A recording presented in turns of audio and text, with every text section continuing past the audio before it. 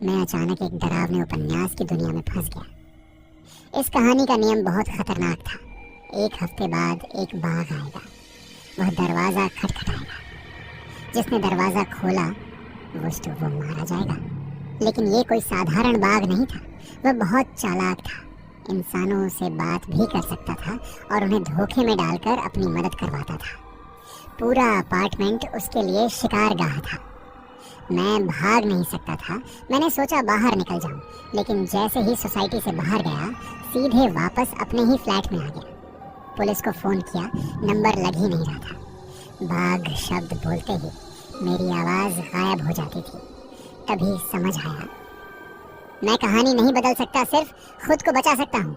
तब मैंने एक फैसला लिया, अगर बाघ आने वाला है तो मैं उसके लिए जाल बिछाऊंगा।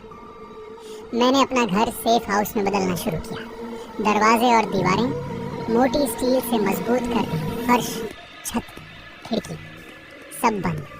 इतना मजबूत कि बाघ क्या तो भी न तोड़ पाए। मुझे डर था कहीं वह घर में पानी न भर दे, इसलिए हर तरफ से वाटरप्रूफ भी करवा दिया। घर अब किसी किले से कम नहीं था। बाघ के लिए मैंने खास इंतजाम किया। घर में अलग बिजली सिस्टम, हर जगह कैमरे, हॉल में छिपा हुआ एसी जिसे 50 डिग्री तक गर्म किया जा सकता था। स्प्रिंकलर सिस्टम गर्मी होते ही पानी छोड़ेगा, यानी अगर बाघ अंदर आया तो वह फंसेगा भी और तड़पेगा भी। और फिर वह रात आ गई। रात के 12 बजे दरवाजे के बाहर से आवाज आई, अनलॉक फेल, अनलॉक फेल। कैमरे में देखा, एक बाघ पड़ोसी का दरवाजा तोड़ रहा था। पड़ोसी चिल्लाया, कौन है? अगले ही पल दरवाजा टूटने की आवाज गूंजने लगी। पड़ोसी ने मुझे मैसेज किया, दरवाजा मत खोलना, बाहर बाघ है, क्या मैं तुम्हारे घर आ सकता हूँ? यही मुझे शक हुआ। इस जगह किसी पर भरोसा नहीं किया जा सकता। मैंने साफ मना कर दिया, मेरी बालकनी बंद है। और तभी मेरे रोंगटे खड़े हो गए। उसे कैसे पता था कि मैं घर पर हूँ? अब बाघ मेरी ओर था। बाघ ने मेरा दरवाजा पीटना शुरू कर दिया, लेकिन दरवाजा हिला तक नहीं। पूरी बिल्डिंग जाग गई। ग्रुप में लोग चिल्लाने लगे, कौन शोर कर रहा है? दरवाजा खोल दो। प्रॉपर्टी स्टाफ बोला, रुको देखता हूँ।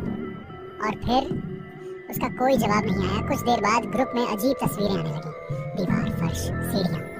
फिर एक फोटो आई, वही प्रॉपर्टी स्टाफ, पूरा खून से लथपथ शरीर, टूटा हुआ पूरा ग्रुप सन्न रह गया। मैं 801 फ्लैट में था। मेरे सामने 802। 802 ने सबसे पहले बाघ की चेतावनी दी थी, लेकिन अब वह बिल्कुल चुप था। और तभी मुझे एहसास हुआ